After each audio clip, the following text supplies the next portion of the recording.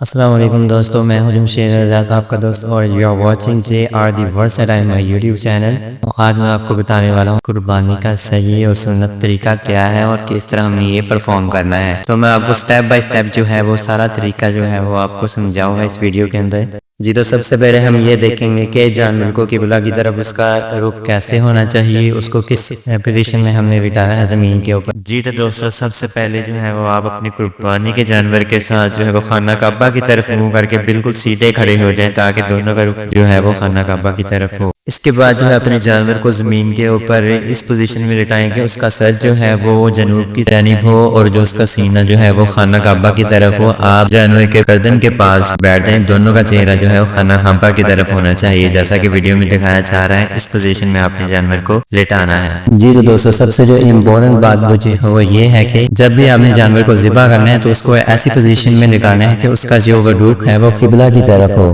تو دوستو جیسا کہ آپ دیکھ سکتے ہیں کہ ہم نے جانور کو جو ہے زمین پر اس کے بائیں کندھے کے اوپر اس طرح لٹایا ہے کہ اس کا جو رخ ہے وہ خانہ کعبہ کی طرف ہو، جیسا کہ آپ ویڈیو میں دیکھ سکتے ہیں۔ تو دوستو جب بھی آپ جانور ذبح کرنے لگیں تو جانور ذبح کرنے سے پہلے یہ دعا ضرور پڑھ لیں۔ بسم اللہ الرحمن الرحیم، انی وجہت وجہی للذی فطر السماوات والارض حنیفا وما انا من المشرکین، ان صلاتی ونسکی ومحیای ومماتی للہ رب العالمین لا شریک لہ وبذالک امرت وانا اول المسلمین۔ جانور ذبح کرنے سے پہلے میں آپ کے ساتھ ایک بہت ہی امپورٹنٹ جو ہے وہ ایک انفارمیشن شیئر کرنا چاہتا ہوں۔ میں آپ کے سامنے ایک جانور کا جو ہے وہ گردن کا جو ہے اندرونی ویو جو ہے وہ آپ کے سامنے شیئر کر رہا ہوں۔ اس میں آپ کو پتہ چل جائے گا کہ جانور کی گردن کے اندر کیا کیا چیزیں ہیں جو کاٹنی ہیں۔ سب سے پہلے آپ دیکھ سکتے ہیں کہ جانور کی گردن کے اندر جو دو شارگ ہیں یعنی کہ خون کی نالیاں، اور اس سے آگے جو ہے وہ ایک سانس کی نالی ہے، سانس کی نالی کے آگے جو ہے خوراک کی نالی، اور ساتھ میں تو شریان ہے،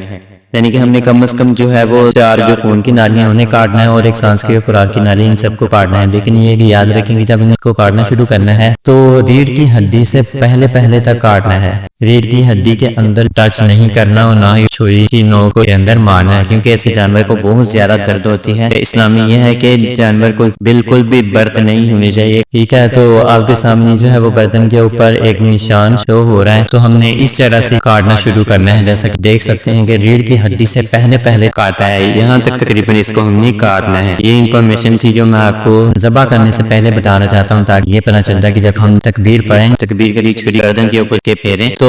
ہمیں پتہ چل جائے کہ ہم نے گردن کہاں تک کاٹنی ہے۔ اب اس طرح ہم جو ہے وہ عملی طریقہ کار دیکھتے ہیں۔ سب سے پہلے جو ذبح کرنے والا شخص ہے اس نے اپنے بائیں ہاتھ سے اس کا منہ پکڑنا ہے اور دائیں ہاتھ جو ہے اس کے ساتھ ہے اس نے چھری پکڑنی ہے، اور اس کے بعد ذبح کرنے والے نے جو ہے اپنا دایاں باہو یعنی کہ اپنا سیدھا باہو جو ہے وہ اس کے کندھے کے اوپر رکھتا ہے۔ جب اس کا منہ اوپر کی طرف ہو جائے گا تو تب آپ نے جو نشان شو رہا ہے اس طرح کے اوپر چھری پھیرنی شروع کرنی ہے۔ لیکن یاد رکھیے گا جب بھی آپ نے جانور کو ذبح کرنا شروع کرنا ہے تو اس سے پہلے تکبیر ضرور پڑھ لیں۔ بہت سے لوگ جو ہے وہ تکبیر نہیں پڑھتے اور بھول جاتے ہیں، اگر بندہ تکبیر نہ پڑھے تو اس کی قربانی جائز نہیں، اس لیے کیونکہ اللہ کا نام ضروری ہے۔ تو تکبیر یہ ہے کہ بسم اللہ اللہ اکبر اللہ اکبر اللہ اکبر، جب بھی آپ نے چھری چلانے سے پہلے یہ ضرور پڑھ لینا ہے بسم اللہ اللہ اکبر۔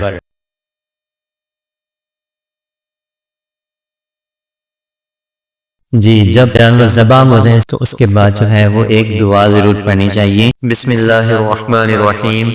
اللہم تقبل منی کما تقبلت من خلیلک ابراہیم علیہ السلام وحبیبک محمد صلی اللہ تعالی علیہ وسلم۔ یہ دعا میں نے آپ کے سامنے جو پڑھی ہے اس کا مطلب اے اللہ پاک میری قربانی کو اپنے بارگاہ میں قبول منظور فرما، جیسا کہ آپ نے اپنے پیارے خلیل حضرت ابراہیم علیہ السلام کی قربانی کو قبول کیا، اور جیسے آپ نے اپنے پیارے حبیب حضرت محمد صلی اللہ علیہ وسلم کی قربانی کو قبول کیا، ایسے ہی ہماری قربانی کو بھی قبول فرما۔ ایک اور اہم بات جو آپ کے ساتھ جو شیئر کرنا چاہتا ہوں وہ یہ ہے کہ جب بھی ذبح کرنا ہے تو فوراً جو ہے اس کی گردن کو مت توڑیں، نہ ہی کاٹیں، بلکہ کچھ دیر ویٹ کریں تاکہ جانور جو ہے وہ اچھی طرح ٹھنڈا ہو جائے، ان کے اس کے اندر سے جو روح ہے وہ اچھی طرح جان اس کی نکل جائے، پھر اس کے کھال کاٹیں، اس کی چاہے بیٹن کاٹیں جو مرضی کریں، لیکن جب تک اس کے اندر جان ہے تو تب تک جو ہے اس کے نہ ہی زخموں کے اوپر ہاتھ لگائیں، نہ ہی اس کی کھال اتاریں، نہ ہی اس کی گردن کو توڑنے کی کوشش کریں، کیونکہ اس جانور کو بہت زیادہ تکلیف ہوتی ہے۔ اگر اس کی جان اس کے اندر بھی باقی ہو اور ہم اس کے اعضاء جو ہے وہ اتارنا شروع کر دیں تو اس کو بہت زیادہ جو ہے وہ درد محسوس ہو جائے، اور جو کہ جانور کو محسوس نہیں ہونا چاہیے، اس لیے تھوڑا سا صبر کر لیں۔